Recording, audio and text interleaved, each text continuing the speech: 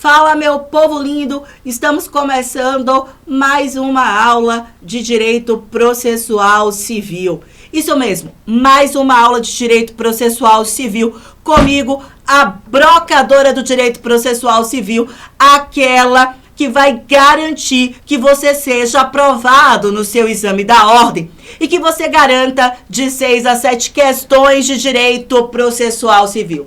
Bebês, papel e caneta na mão, vamos juntos, presta atenção, hein? A gente vai começar a falar agora sobre normas fundamentais do direito processual civil. Existem artigos que você vai dar aquela paquerada. Existem artigos que você vai namorar. Existem artigos que você vai casar, bebê, e vai levar para o resto da vida. Artigo 1º a 12 são artigos simples, mas que vocês precisam casar, dizer sim e levá-los para a hora da sua prova. O pró. Princípio, minha pró. Amores, princípios. Normalmente, eles consubstanciam as respostas, ajudam a resolver outros temas. Normalmente, prova da OAB não pergunta a que se refere o princípio do contraditório, qual a aplicabilidade do devido processo legal. Isso não existe. Se lhe contaram isso, é mentira. Só que eu dou um bloco, uma aula só sobre normas fundamentais de direito processual civil, normas fundamentais de direito processual civil, pelo seguinte, porque como houve a mudança de paradigma, CPC de 73 para o CPC de 2015, digamos que o nosso maxilar, a nossa base, o nosso fundamento mudou. E como mudou, a prova da OAB tem explorado isso. Até agora, das normas fundamentais do direito processual civil, 3 vezes, isso mesmo, por 3 vezes, essas normas, elas já foram cobradas na hora da sua prova. Perceba que eu não vou ficar aqui dizendo que se aplica ao processo civil o princípio da publicidade, pelo qual todo e qualquer ato emanado pelo poder estatal deve ser tornado público, com exceção da imposição do segredo de justiça, por uma necessidade estatal, quando estiver em voga a segurança nacional, ou por uma necessidade de manutenção da intimidade da seara privada da pessoa. Não, porque isso você já sabe.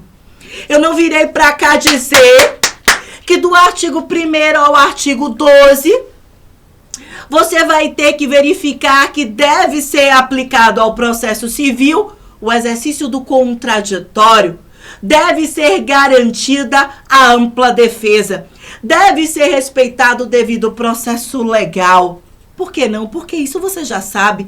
Artigo 5º, incisos 54, 55, 56 da Constituição Federal de 88. Amores, pegue papel e caneta na mão. Eu vou te contar agora o que é que você precisa saber. Primeiro lugar, quando você for lá para o artigo 2º, não abra, eu já te mostro. Do CPC, ele vai dizer, olha, existe uma regra. Qual é a regra? O processo ele vai se iniciar com a petição inicial. Ele começa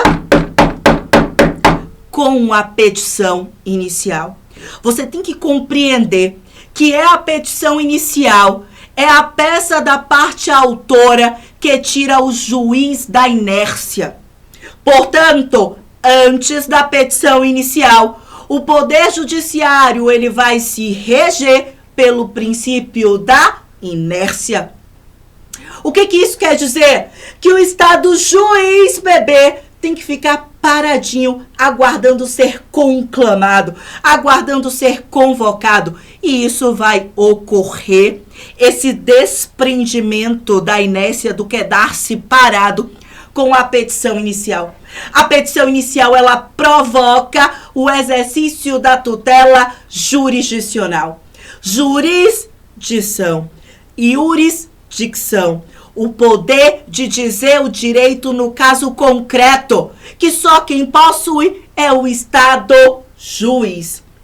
Perceba que start, começou, petição inicial. Eu não vou mais falar da aplicabilidade do princípio da inércia. Não vou. Por que não? Porque a partir daí foi instaurado um processo. Existe uma demanda, o exercício do poder jurisdicional. Deixei o princípio da inércia e com a petição inicial, eu começo agora a aplicabilidade, é lindo demais, do princípio do impulso oficial. A aplicabilidade do princípio do impulso oficial. O que isso quer dizer? Que o juiz ele vai se atentar à marcha do processo. Intime fulano, cite cicrano, emende a petição inicial. Ou seja, o princípio da inércia é até o momento da instauração do processo, que se dá com o registro ou com o protocolo da petição inicial. Isso tem que estar muito claro. Amores, não só isso, como o que muda do CPC de 73 para o CPC de 2015? Muda o paradigma. Se eu conseguir colocar isso na cabeça de vocês, eu já saio feliz hoje. Mudou o paradigma. Por que mudou o paradigma, minha pró? Porque, amores, o Poder Judiciário, com o CPC 2015, passou a entender que não está conseguindo resolver os conflitos, as demandas sociais, e passa a dizer que todos, quando eu falo todos os operadores do direito, juiz, advogado, promotor, defensor público, até quem não é operador do direito, até as partes, todos devem, a partir de agora, promover ou procurar promover, anote essa palavrinha, autocomposição. A autocomposição. Novos métodos de solução de conflitos por meio da mediação, por meio da conciliação. Mais tarde, falaremos só sobre mediação e conciliação. Eu quero que você perceba que o paradigma agora mudou. Por que mudou? Porque a partir de agora o Poder Judiciário, ele vai em busca, ele estará promovendo a autocomposição dos conflitos. Novas formas de solução dos conflitos, seja pela mediação, seja pela conciliação. E aí a gente está falando dos artigos 165, 166, 167 e seguintes do CPC 2015. Ou seja, através da arbitragem, Lei 9.307 de 1996. Amores, peço desculpas. O que muda do antes para o agora? A gente passa a ter um princípio que é o princípio da cooperação processual.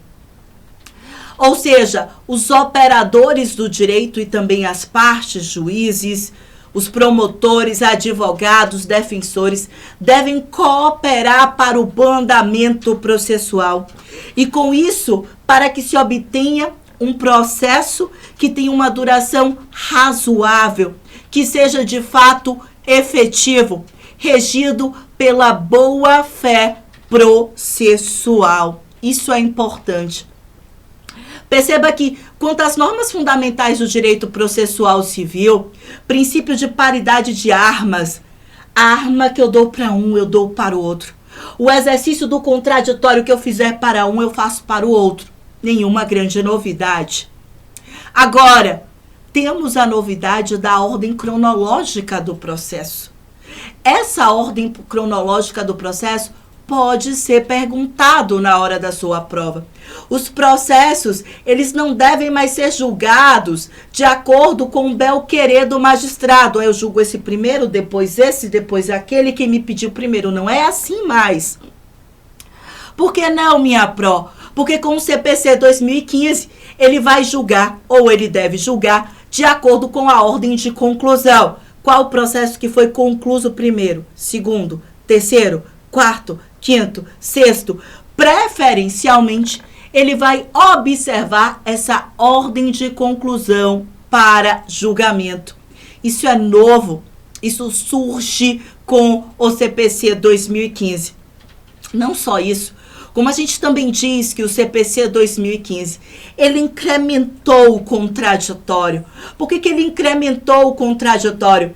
Porque quando você vai lá para o artigo 9º, logo eu vou mostrar todos os artigos para vocês, em especial o 9º do CPC, ele diz assim, olha, não poderá o magistrado decidir de ofício, não poderá ele decidir de ofício a respeito de matéria sobre a qual ele deve dar oportunidade para que a outra parte se manifeste, ainda que se trate de matéria de ordem pública. Por exemplo, prescrição, decadência. Juiz verificou que ocorreu prescrição, decadência. Bebês, isso tem que estar claro. Se ele estava no CPC de 1973, ele contou o prazo, viu que prescreveu ou decadenciou, ele não tinha que ouvir ninguém. Matéria de ordem pública, ele poderia decretar de ofício. Pós-CPC 2015, ele não pode mais fazer isso. A sua prova vai perguntar, mas PRO é matéria de ordem pública? É. Mas PRO ele pode decidir de ofício? Pode. Mas antes de proferir a decisão, ele vai ter que ouvir as partes. PRO é matéria de ordem pública? É. PRO, ele pode decidir de ofício? Pode, incompetência absoluta.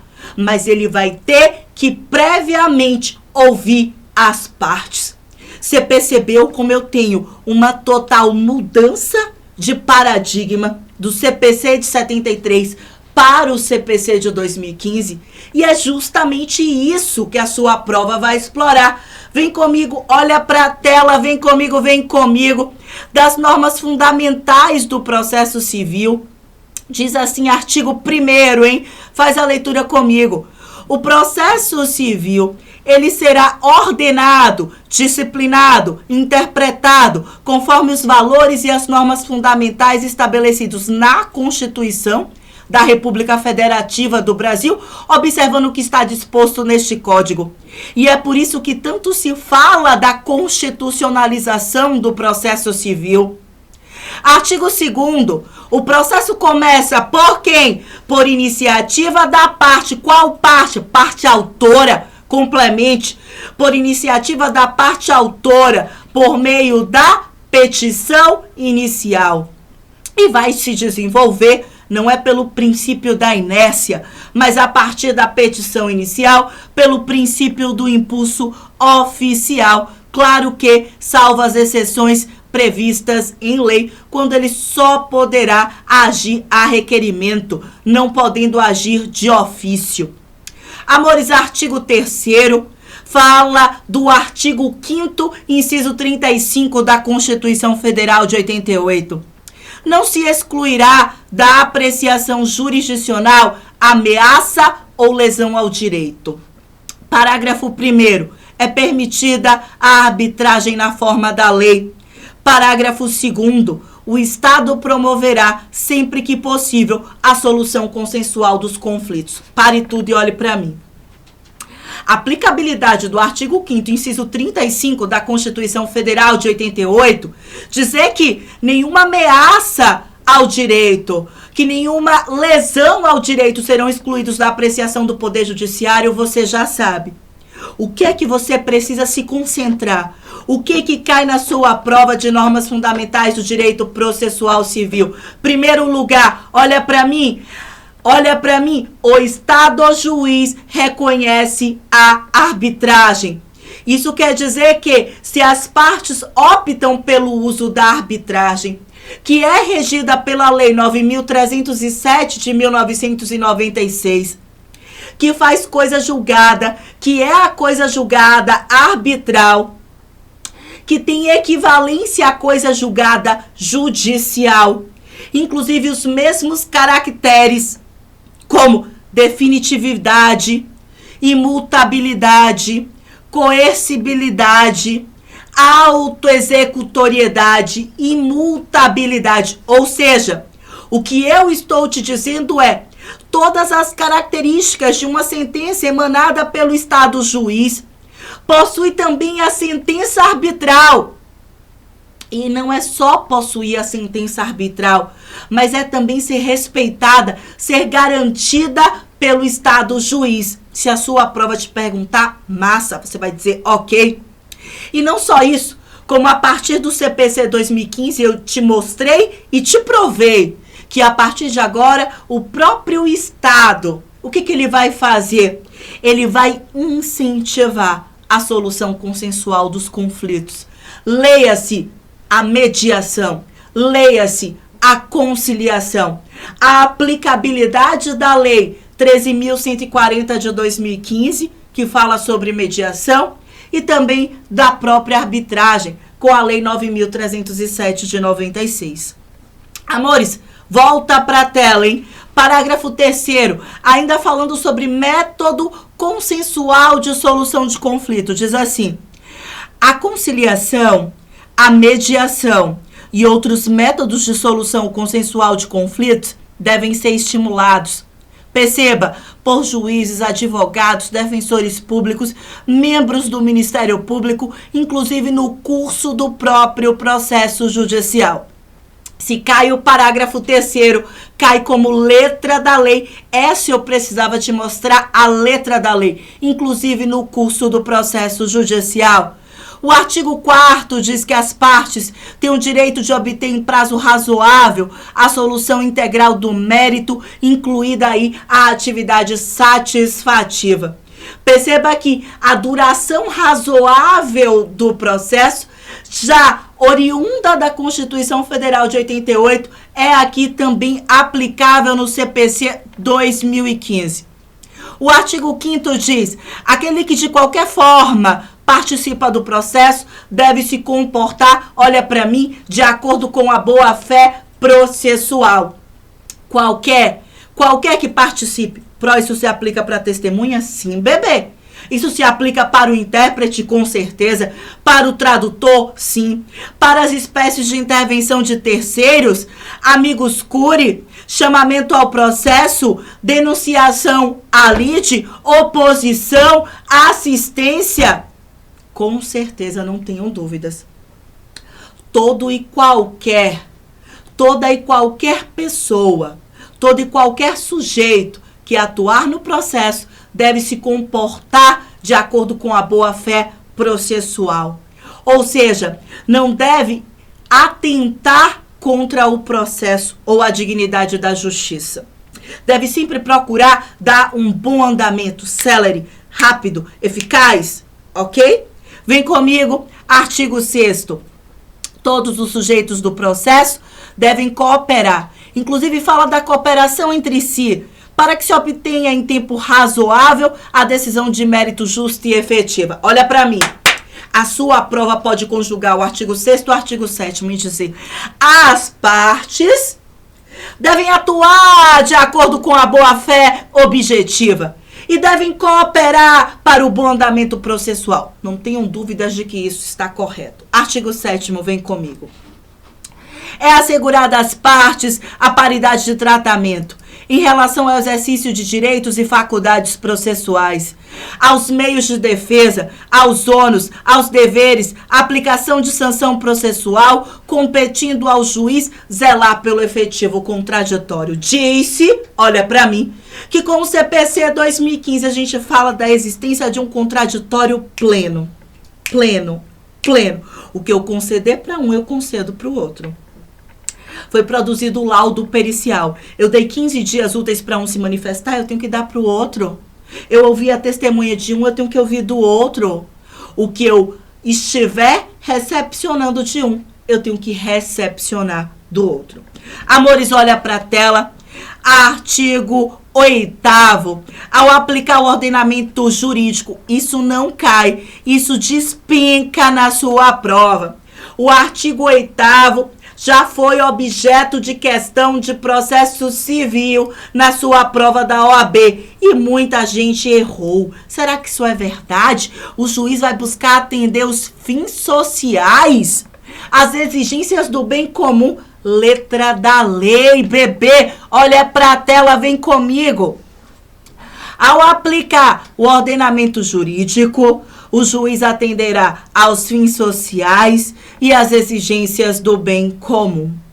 Vai resguardar, vai promover a dignidade da pessoa humana, vai observar a proporcionalidade, a razoabilidade, a legalidade, a publicidade e a eficiência. Normalmente, os alunos se pegam aqui.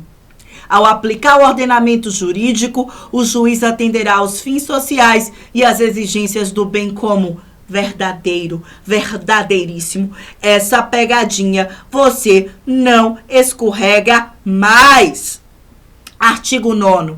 Lembra que eu falei, olha pra mim, hein? Se eu sou sua examinadora, mais do que o 6º, o 7º, com a boa-fé objetiva processual, com a cooperação processual, mais do que o artigo 8º, eu cobraria o 9º. Não é à toa que o 9º já foi cobrado praticamente por 2 vezes. O que diz o artigo 9º que a gente conversou? Ainda que se trate de matéria de ordem pública, a qual o juiz possa decidir de ofício, ele tem que ouvir previamente, antecipadamente as partes. Mudou o bebê. E se isso for cobrado, será exatamente quanto às normas fundamentais do processo civil, esse artigo 9º. Olha pra tela, vem comigo, presta atenção, hein? Não se proferirá decisão contra uma das partes sem que ela seja previamente ouvida.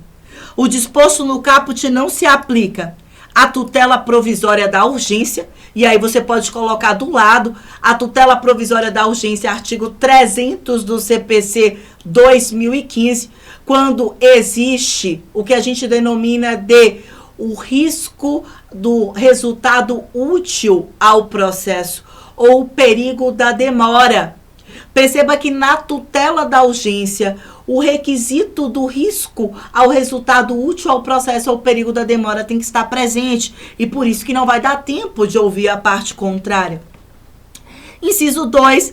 As hipóteses da tutela da evidência prevista no artigo 311, inciso 2 e 3 do CPC, você vai ver comigo tutela provisória da urgência e da evidência, outro tema que não cai, mas que despenca na hora da sua prova. E aí você lembrar que para a tutela da evidência, esse perigo de risco ao resultado útil ao processo ou perigo da demora não se faz necessário. Quando a gente pensa em tutela da evidência, você vai levar o seguinte para a sua prova, eu te dou um segredo. Prova robusta, prova documental robusta. E aí, quanto ao 311, nós temos 4 incisos. Nas hipóteses do inciso 2 e do inciso 3, eu não tenho que ouvir a parte contrária previamente. Não tenho que ouvi-la. Além disso, o inciso 3, olha para a tela, a decisão prevista no artigo 701, que é quando a gente está falando da aplicabilidade da ação monitória, da propositura da ação monitória, e eu tenho ali a parte contrária quedando-se inerte. Nessas 3 situações, o juiz ele pode sim decidir sem ter que ouvir a parte contrária. O 701, ele só se aplica para as ações monitórias, tá? O 700 fala da ação monitória.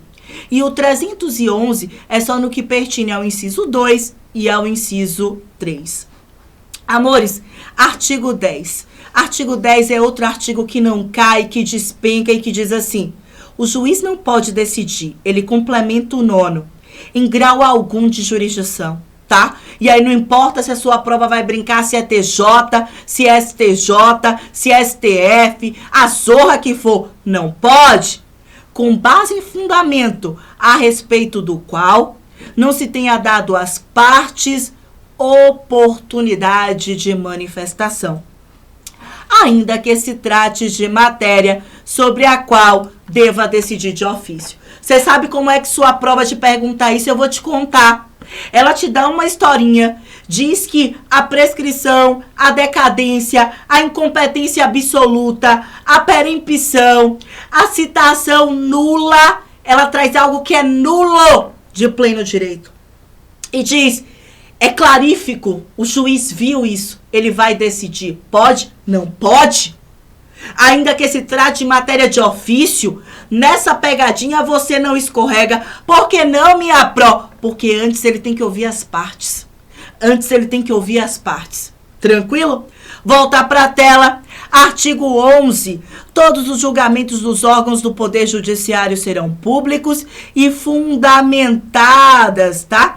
Todas as decisões, inclusive sob pena de nulidade.